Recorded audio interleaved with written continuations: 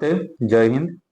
Mohaniya gang ઉર્ફે ચડ્ડી બનિયાન gang કે જેનો આતંક ફક્ત સુરત જિલ્લા પૂરતો જ નહીં પરંતુ ગુજરાતના અલગ અલગ જિલ્લાઓમાં અને અલગ અલગ વિસ્તારોમાં પણ પ્રસરાયેલો છે. એવી ગેંગના મેમ્બરો ચોરી, લૂંટફાટ, ધાડ અને ઘરફોડ જેવા ગુનાઓને અંજામ આપીને ભાગી જાય છે અને પકડમાં આવતા નથી. ગુજરાતના અલગ અલગ પોલીસ સ્ટેશનમાં 15 થી પણ વધારે ગુનાઓ જેના વિરુદ્ધમાં રજીસ્ટર્ડ છે અને નામદાર કોર્ટ દ્વારા અરેસ્ટ વોરંટ પણ ઇસ્યુ થયેલા છે. એવા મોહનિયા ગેંગના મુખ્ય સૂત્રધાર સહિત બીજા 2 માણસોની સુરત ગ્રામ્ય જિલ્લા પોલીસની એલસીબી ટીમ દ્વારા ટેક્ટિકલ ઓપરેશન કરીને દાહોદ જિલ્લામાંથી અમને આજે સવારે પકડી લેવામાં આવ્યા છે. સાથે જ એમની તપાસ હાથ ધરવામાં આવી છે અને તપાસમાં જે આગળ પણ મુદ્દાઓ ખુલશે એની પણ તમને વિશેષમાં માહિતી આપવામાં આવશે. આ ગેંગ વિશે વધારેમાં જણાવું કે એમણે પોલીસથી બચવા માટેના બધા જ ટેક્ટિકલ પ્રયત્નો કરી ચૂક્યા હતા. એ કૂતરા પણ રાખતા હતા, બીજા પણ ઘણા પ્રકારના હથકંડા અપનાવ્યા હતા.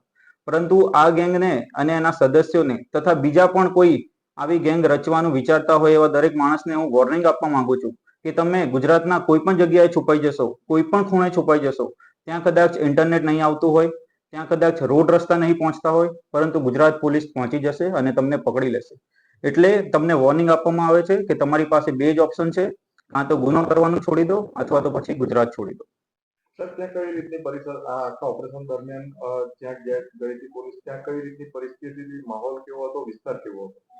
વિસ્તાર દાહોદ જિલ્લો હતો એટલે ડુંગરિયાળ વિસ્તાર અને જંગલ વિસ્તાર હતો. પોલીસને ખૂબ જ કઠિન તકલીફો પડી હતી, પરંતુ મેં જેમ કહ્યું કે ગુજરાત પોલીસ કોઈ પણ જગ્યાએ પહોંચી વળવા માટે સમર્થ છે અને આ સિવાય પણ ઘણા ટેક્ટિકલ ઓપરેશન અને મૂવ્સ કરવામાં આવ્યા છે, પરંતુ કોન્ફિડેન્શિયલ રીઝનથી અમે આપણને નહીં જણાવી શકીએ. સર, જે આરોપી છે આ લોકો વિરુદ્ધ કેટલા ગુના કયા પોલીસ સ્ટેશનમાં નોંધાયા છે, કેટલા ગુનામાં તે લોકો વોન્ટેડ હતા?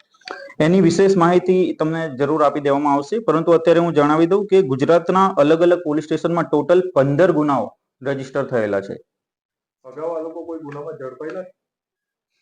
એ વિશે પણ તમને વધારે માહિતી તમને આપી દેવામાં આવશે.